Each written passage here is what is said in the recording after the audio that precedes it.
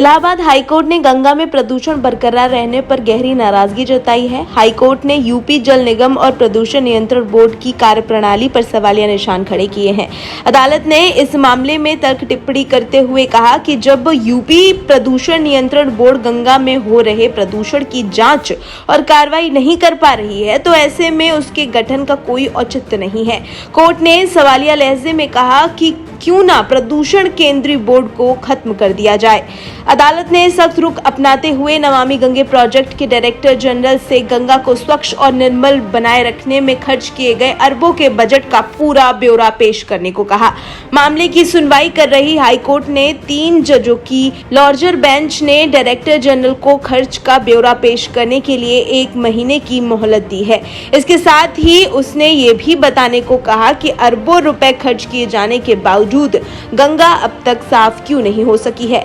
सुनवाई के दौरान अदालत को बताया गया कि गंगा में साफ और शोधित जल नहीं जा रहा है।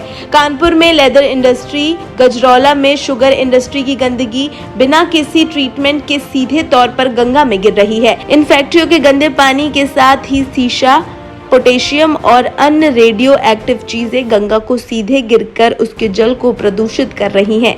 ये भी कहा गया कि यूपी में STP यानी सीवेज ट्रीटमेंट प्लांट ठीक से काम नहीं कर रहे हैं। इसके संचालन की जिम्मेदारी अडानी ग्रुप के पास है। अदालत ने सुनवाई के दौरान कानपुर IIT और BHU IIT की रिपोर्ट पर भी नाराजगी जताई। रिपोर्ट में लिखा गया कि कई सैंपल की जांच इसलिए नहीं हो पाई क्योंकि प्रदूषण नियंत्रण केंद्र ने जो सैंपल भेजे थे उनमें पानी की मात्रा काफी कम थी और उतने पानी से टेस्टिंग हो ही नहीं सकती थी।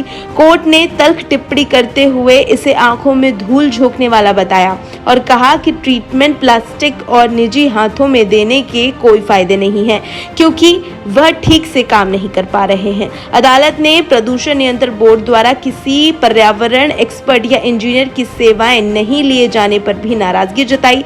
अदालत इस मामले में 31 अगस्त को फिर से सुनवाई करेगी।